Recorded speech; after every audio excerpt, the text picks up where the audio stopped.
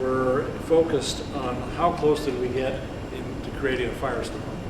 That's the golden holy grail. That's what we're trying to do. That's the most destructive thing we can do. And they were constantly adjusting the mixture of high explosive weapons, bombs, and incendiary or fire bombs in the effort. And they were adjusting the pattern by which they laid them down, the sequence in which they laid down first the explosives, then the HE, the high explosive, and so on. So we're trying to get the formula right and adjusting for the topography of this city and that city and so on. So this was a scientific effort to kill as many civilians as possible, most efficiently possible.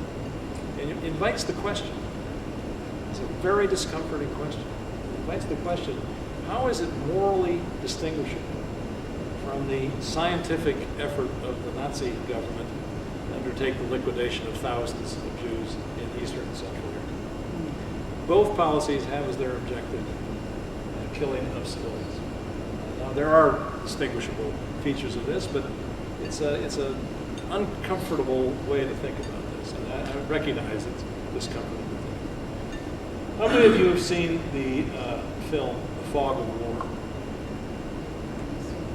It's an interview, a long interview with Robert McNamara, of course, was Secretary of Defense, the Kennedy and Johnson administration, is one of the chief architects of the Vietnam War. And who's the filmmaker? Earl Morris, I think, is the filmmaker.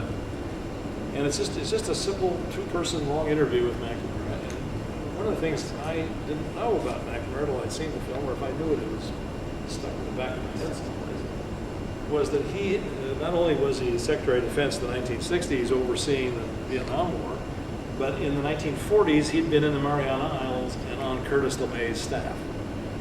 And he was one of the people applying quantitative analysis every day to try to figure out the most effective formula for killing the most Japanese civilians on the ground.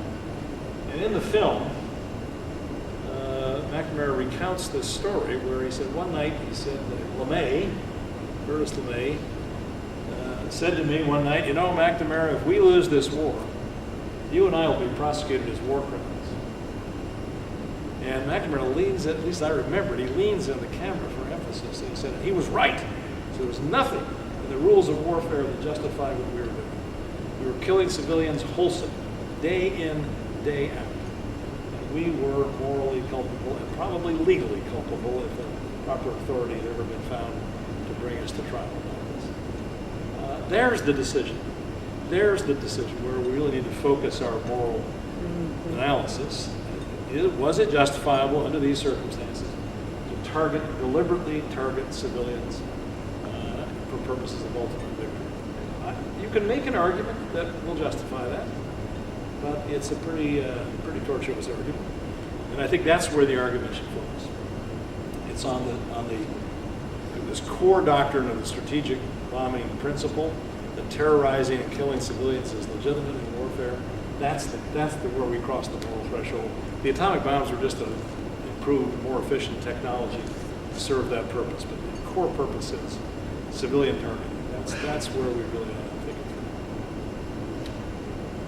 it. Okay. Well, I probably discomforted you enough that we can call a halt to this.